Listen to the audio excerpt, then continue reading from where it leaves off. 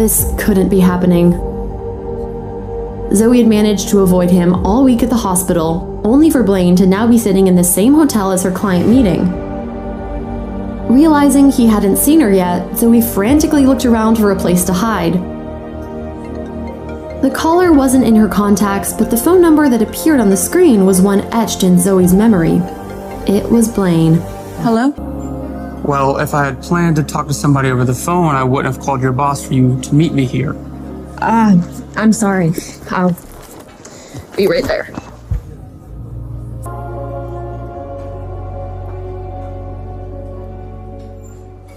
She got straight to the point and asked, Dr. Dexter, do you have any specific ideas for your home's design? Do you prefer modern or a more classical look? There are so many styles to choose from mid-century, retro, revival, to name a few. Just not shabby chic. Shabby chic is out. Coastal grandma's in. Not that you want your house to look like grandmother's house because you're a man, not a grandmother. What about furniture? Antiques or modular pieces? Some prioritize style, others comfort. Did you have a specific color scheme in mind? Color plays a huge role in every design. It sets the mood for the whole interior. You can go monochrome for a clean, uncluttered look, or eclectic. Think black and white with pops of color, red and yellow. Warm colors create a cozy, welcoming environment, and blues and grays can be soothing. These are recent examples of my work. If you see anything that catches your eye, let me know. Right now, what I want is food. Let's eat first. Excuse me, sir. Yes, sir. Can we see a menu? Right away, sir. I'm sorry about that. That was rude. I'm not usually that talkative. Never mind that. This is unexpected, to say the least. Thank you. What would you like to eat, miss? Oh, just the water is fine for me. Can you bring us 2 plates, please? We'll be sharing. And to start out, we'll do the charcuterie. and then proceeded to order a wide variety of dishes. The entrees we'll do. Zoe normally prided herself on her professionalism.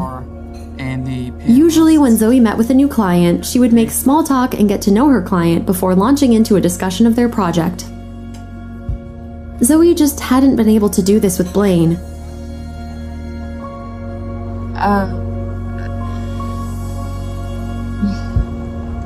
Thank you.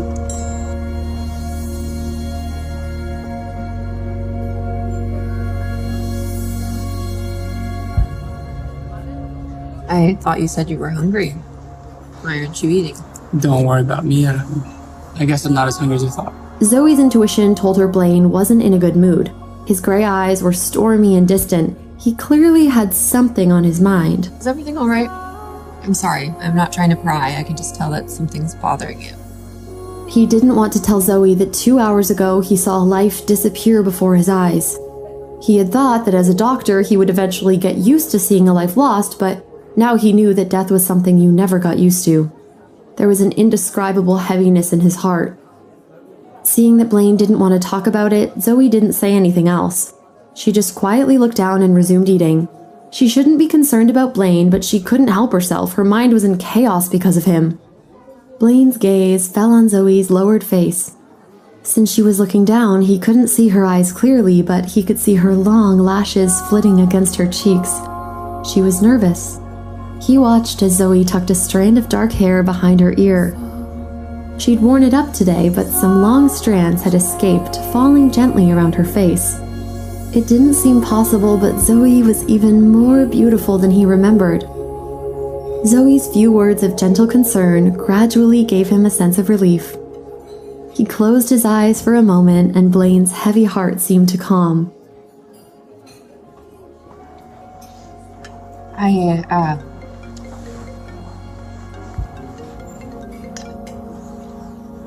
Dr. Dexter?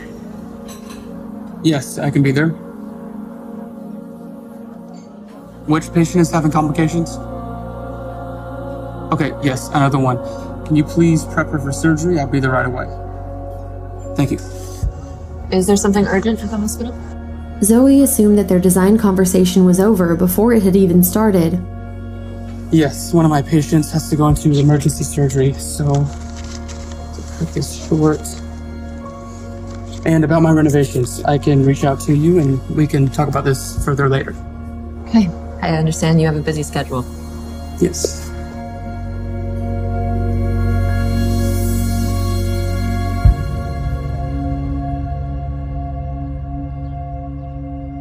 Yesterday had been a long day with multiple surgeries and the death of his patient.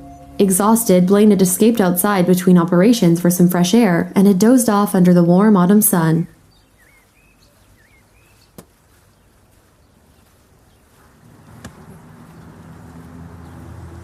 Sorry, my ball hit your foot.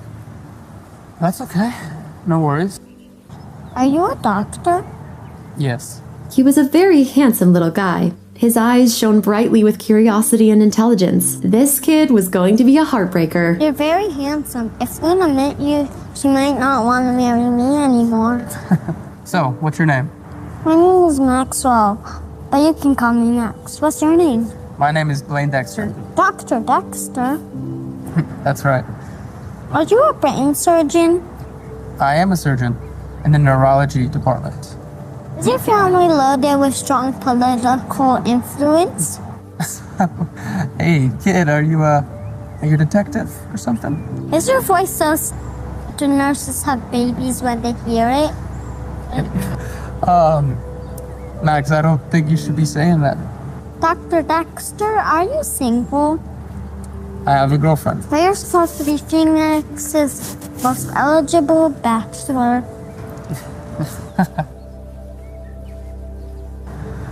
I have a girlfriend. Why is that such a bad thing? I wish you didn't have a girlfriend so you could meet mommy and she could be your girlfriend. You don't have a dad? I have a daddy, but my daddy and mommy don't live together. I see. Mine works hard and she comes to see me every day. She's the best. Do you think I'll get better? Listening to the little guy's words, Blaine felt an inexplicable ache around his heart. Blaine had no idea what disease Max was suffering from, but he knew that he must be very ill. Given his lack of hair and fair skin, Max probably had a form of cancer and was undergoing chemotherapy. If I fall asleep one day, never wake up again, mommy will cry and be sad. My friend Maria fell asleep one day and then never woke up. Her mommy couldn't stop crying, so I hope that I get better soon. Blaine's throat felt a little dry and hoarse. Facing this small patient beside him, he couldn't say anything to comfort him because he didn't know what to say. Oh yeah! Doctor, do you think you can use this thing?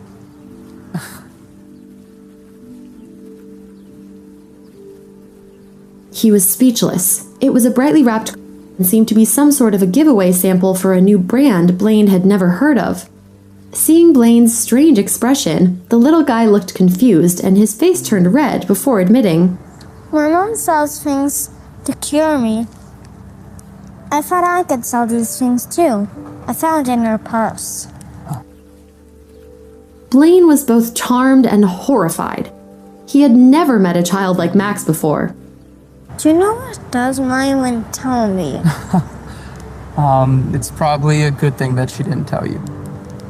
Blaine was curious about what kind of a mother could raise such an innocent yet mischievous child like Max. I have 4 of these things. Max pulled a total of 4 coins out of his pockets. They cost 50 cents each. He finally understood what kind of mother could teach such a son. I'll buy it from you. Really? Really? A very strong and patient one. Blaine was growing more and more interested in this mother. So how much do I owe you, bud? $2. All I have is a 20. You can keep the rest. Okay. Max! Luna, I'm over here! Thank you, Dr. Dexter. When you need more of these things, you come find me. I'm in room 1023. I told you to wait for me by the steps. I'm sorry. My ball kept rolling, so I had to chase it. Nurse Luna, I want to introduce you to my new friend.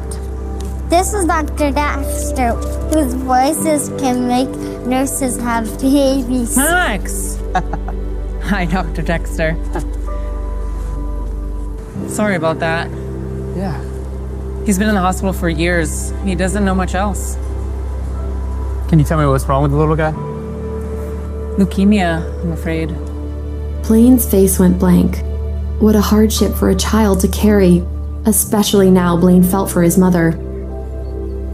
And have you found a match for a bone marrow transplant? Tested all the family and no one's a match. I searched for a donor for over a year all over the city. No success. Blaine felt the same ache around his heart as earlier. He knew how difficult it was to find a bone marrow donor.